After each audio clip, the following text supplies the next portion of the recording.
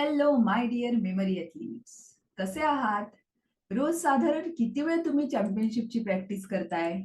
मला वाटतं तुमच्या रोजच्या रुटीन मधली कमीत कमी 40 ते 45 मिनिटांची प्रॅक्टिस तुम्हाला तुमच्या डेस्टिनेशन पर्यंत नक्की घेऊन जाईल. चला तर मग सुरुवात करूया एक नवीन डिसिप्लिन शिकायला. हिस्टोरी किंवा फ्युचर डेट्स. हा असा असणार आहे हिस्टोरिक डेट्सचा मेमरायझेशन पेपर. भरपूर घटना आणि प्रत्येक घटनेसमोर ती घटना घडून गेल्याची तारीख. आता समजून घेऊया हिस्टोरिकल डेट्स या डिसिप्लिनचं एम काय आहे ते. The aim is to commit to memory as many historic dates as possible and to link them to the correct fictional events. अर्थात जास्तीत जास्त ऐतिहासिक तारखा स्मरणात ठेवून त्या तारखा अचूकपणे योग्य त्या काल्पनिक घटनांशी जोडणे हे या खेळाचं उद्दिष्ट आहे. हिस्टोरिकल डेट्स या इव्हेंटमध्ये दिलेल्या सर्व घटना या काल्पनिक असणार आहेत. त्यासाठी दिलेल्या तारखा सुद्धा काल्पनिक असणार आहेत. या दोन्ही काल्पनिक घटना आणि तारखा तुम्हाला अचूकपणे एकमेकांशी कनेक्ट करून लक्षात ठेवायच्या आहेत. आणि या तारखा आणि घटना लक्षात ठेवण्यासाठी आणि लक्षात ठेवलेलं आठवून लिहिण्यासाठी एक विशिष्ट कालावधी निश्चित केलेला आहे. त्याला मेमरायझेशन टाइम आणि रिकॉल टाइम असं म्हणतात. हा खेळ नॅशनल लेवलला, इंटरनॅशनल लेवलला किंवा वर्ल्ड मेमरी चॅम्पियनशिप मध्ये कुठेही खेळवला गेला तरी त्याचा लक्षात ठेवण्याचा कालावधी म्हणजेच मेमरायझेशन टाइम मात्र 5 मिनिटच असणार आहे. ऍट द सेम टाइम लक्षात ठेवलेलं आठवून लिहिण्यासाठी म्हणजेच रिकॉल टाइम मात्र 15 मिनिटं असणार आहे. पहिल्याच व्हिडिओमध्ये सांगितल्याप्रमाणे रिकॉल टाइम हा मेमरायझेशन टाइम पेक्षा कधीही जास्तच असतो. त्यामुळे केलेले कनेक्शन्स आरामात आठवून तारखा लिहिण्यासाठी आपल्याकडे भरपूर वेळ असतो. आता मेमरायझेशन पेपर मध्ये एकूण किती घटना लक्षात ठेवण्यासाठी दिलेल्या असतील ते आता आपण पाहूया. The number of different historic dates presented equals the current world record plus 20%. म्हणजेच अगदी अलीकडे नुकतीच जी चॅम्पियनशिप झालेली असेल त्यामध्ये जो वर्ल्ड रेकॉर्ड सेट झाला असेल त्या हिस्टोरिक डेट्स पेक्षा 20% जास्त हिस्टोरिक डेट्स तुम्हाला तुमच्या मेमरायझेशन पेपर मध्ये मिळतील. फॉर एक्झाम्पल, नुकत्याच झालेल्या मेमरी चॅम्पियनशिप मधला हिस्टोरिक डेट्स लक्षात ठेवण्याचा रेकॉर्ड जर का 100 डेट्सचा असेल तर तुम्हाला तुमच्या मेमरायझेशन पेपर मध्ये 100 अधिक 20% म्हणजेच 120 डेट्स मिळतील. आता आपण स्टेप बाय स्टेप मेमरायझेशन पेपर कसा असणार आहे ते समजून घेऊया. नंबर 1, मेमरायझेशन पेपरच्या प्रत्येक पानावर 40 डेट्स असतील. उदाहरणार्थ हा मेमरायझेशन पेपर पहा. अशा प्रकारे प्रत्येक पानावर 40 घटना असणार आहेत. 40 घटना आणि प्रत्येक घटनेसमोर ती घटना घडल्याची तारीख दिलेली असणार आहे.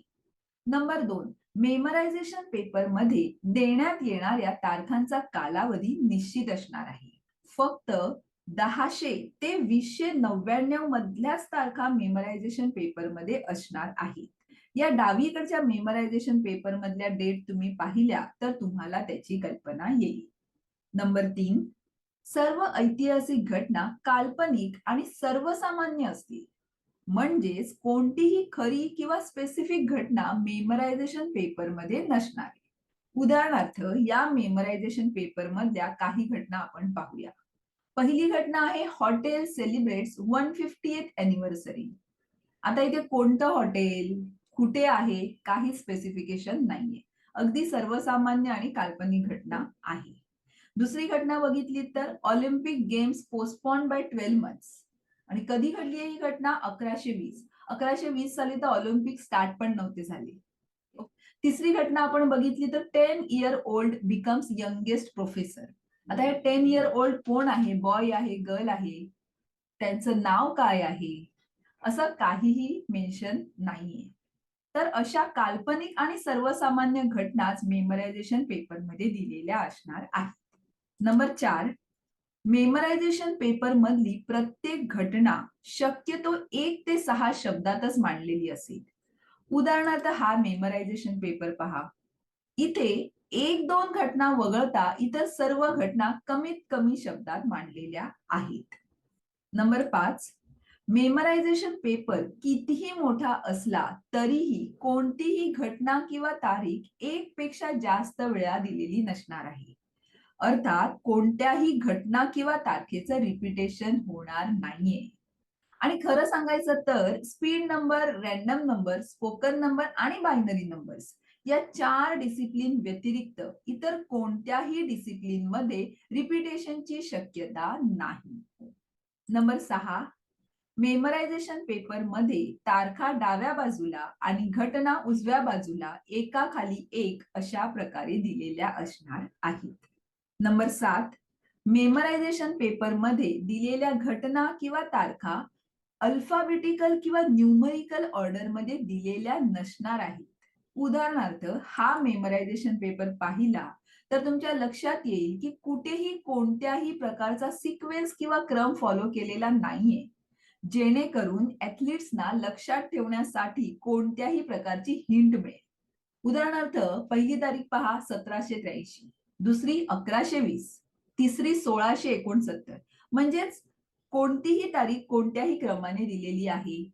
इव्हेंट सुद्धा आपण बघितले, घटना जर का बघितल्या तर पहिली घटना एच पासून सुरू होते, दुसरी ओ पासनं, तिसऱ्या घटनेमध्ये तर नंबर आहे. सो अशा रीतीने कोणत्याही प्रकारची हिंट मिळणार नाही. अशा प्रकारे मेमरायझेशन पेपर सेट केलेला असणार आहे. तर आता हिस्टोरिक डेट्सचा रिकॉल पेपर कसा असणार आहे ते आता आपण पाहूया.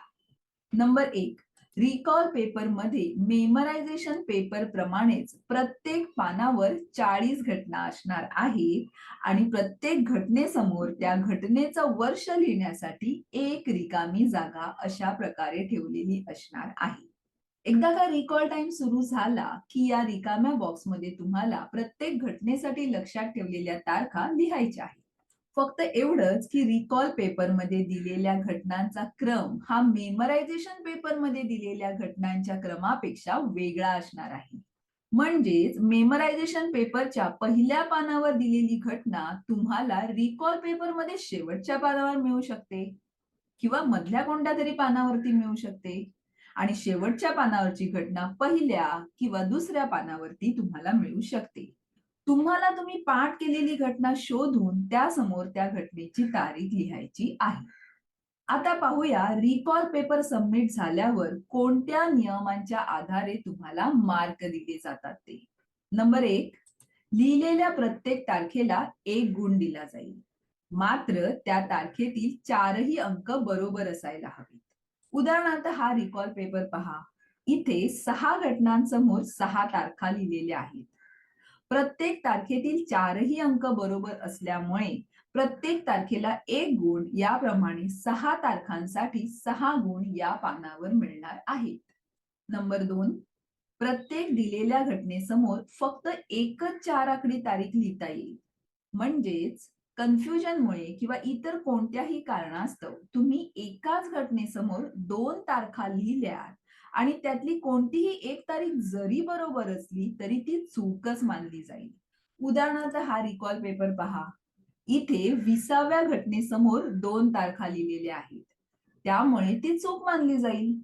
आणि मग पुढच्या रूलनुसार तुमचा अर्धा मार्क सुद्धा वजा केला जाईल. कारण रूल नंबर 3 सांगतोय की प्रत्येक चुकीच्या लिहिलेल्या तारखेसाठी अर्धा गुण वजा केला जाईल. त्यामुळे या रिकॉल पेपरसाठी 3 बरोबर तारखांचे 3 गुण आणि 20व्या घटनेसमोर 2 तारखा दिल्यामुळे ती चूक मानली जाऊन त्याचा अर्धा मार्क वजा करून एकूण 2.5 मार्कच तुम्हाला या पानावर मिळतील. नंबर 3, आत्ताच मी तुम्हाला एक्सप्लेन केलं की प्रत्येक चुकीच्या लिहिलेल्या तारखेसाठी अर्धा गुण वजा केला जाईल. उदाहरणार्थ या रिकॉल पेपरवरती 4 तारखा लिहिलेल्या आहेत, परंतु 4 पैकी 2 तारखा चुकलेल्या आहेत. त्यामुळे 2 बरोबर लिहिलेल्या तारखांसाठी प्रत्येकी 1 असे 2 गुण आणि चुकीच्या तारखांसाठी प्रत्येकी अर्धा मार्क वजा होईल, म्हणजेच 1 मार्क वजा होईल. अशा रीतीने 2 वजा 1 म्हणजे 1 गुण तुम्हाला या पानासाठी मिळेल. नंबर 4, न लिहिलेल्या तारखेसाठी म्हणजेच रिकाम्या ठेवलेल्या जागेसाठी कोणतेही गुण वजा केले जाणार नाही. उदाहरणार्थ हा रिकॉल पेपर पहा. इथे 6व्या, 15व्या आणि 21व्या बॉक्समध्येच फक्त तारखा लिहिलेल्या आहेत. बाकीचे बॉक्स पूर्णपणे रिकामी आहेत. तर या रिकाम्या ठेवलेल्या बॉक्ससाठी कोणतेही गुण वजा होणार नाहीत. इन फॅक्ट ह्या ज्या 3 तारखा बरोबर लिहिलेल्या आहेत, त्या बरोबर लिहिलेल्या तारखेसाठी तुम्हाला प्रत्येकी 1 गुण असे 3 गुण या पानावरती मिळतील. नंबर 5, शेवटी सर्व तारखांच्या गुणांची बेरीज केली जाईल आणि या बेरजेत जर का अर्धा मार्क असेल, तर हे मार्क राउंड अप करून देण्यात येतील. उदाहरणार्थ 72.5 ही तुमच्या सर्व तारखांच्या मार्कांची बेरीज येत असेल, तर हे मार्क राउंड अप करून 73 देण्यात येतील. नंबर 6, अंतिम स्कोर जर का निगेटिव्ह येत असेल, तर तो राउंड अप करून 0 देण्यात येईल. तुम्हाला माहितीच आहे की चुकीच्या लिहिलेल्या तारखेसाठी अर्धा गुण वजा होणार आहे. त्यामुळे बरोबर लिहिलेल्या तारखांपेक्षा चुकीच्या लिहिलेल्या तारखाच जर का जास्त असतील, तर फायनल स्कोर निगेटिव्ह मध्ये जाऊ शकतो. अशा वेळी अंतिम स्कोर जर का निगेटिव्ह येत असेल, तर तो राउंड अप करून 0 मार्क देण्यात येतील. उदाहरणार्थ, समजा तुमचा अंतिम स्कोर -5 येत असेल, तर तो राउंड अप करून 0 देण्यात येतील. नंबर 7, अंतिम निकालाच्या वेळी जर का 2 स्पर्धकांचे गुण समान येत असतील, तर अशा वेळेला पुन्हा एकदा रिकॉल पेपर चेक करून 2 स्पर्धकांपैकी कमीत कमी चुका झालेल्या म्हणजे कमी चुकीच्या तारखा लिहिलेल्या स्पर्धकाला विजेता घोषित केलं जाईल. तर असा होता हिस्टोरिक डेट्सचा मार्किंग क्रायटेरिया. आता शेवटचा मुद्दा असा आहे की तुम्हाला हव्या असलेल्या भाषेत मेमरायझेशन पेपर ट्रान्सलेट करून मिळेल का? तर हो. कारण मेमरी चॅम्पियनशिप मध्ये जगाच्या कानाकोपऱ्यातून लोक भाग घेत असतात. परंतु सर्वच लोकांना इंग्रजी भाषेचं सखोल ज्ञान असेल असं नाही. त्यामुळे चॅम्पियनशिप कमिटी तुम्हाला हव्या त्या भाषेत भाषांतर करून देते. त्याला ऍक्च्युली 2 कारणं आहेत. नंबर 1, चॅम्पियनशिप मध्ये जलद मेमरायझेशन करायचं म्हणजे भाषा आपल्या चांगल्या ओळखीची असायला हवी. नंबर 2, मेमरी चॅम्पियनशिप मध्ये आपण किती चांगलं लक्षात ठेवू शकतो याची परीक्षा असते, आपल्या इंग्रजी भाषेवरील प्रभुत्वाची नाही. त्यामुळे बिनधास्त भाषांतर करून घ्या. मात्र यासाठी अट एवढीच आहे की चॅम्पियनशिप ऑर्गनाइज करणाऱ्या कमिटीला 1 महिना आधी तुम्हाला भाषांतर करून हवी असल्याची विनंती वजा नोटीस पाठवावी लागते, एवढंच. आणि मग तुम्हाला तुमच्या ओळखीच्या भाषेत मेमरायझेशन पेपर ट्रान्सलेट करून चॅम्पियनशिपच्या वेळी उपलब्ध करून दिला जातो. Wow, isn't it great? Okay, तर मग आजच्या या व्हिडिओमध्ये आज आपण इथेच थांबूया.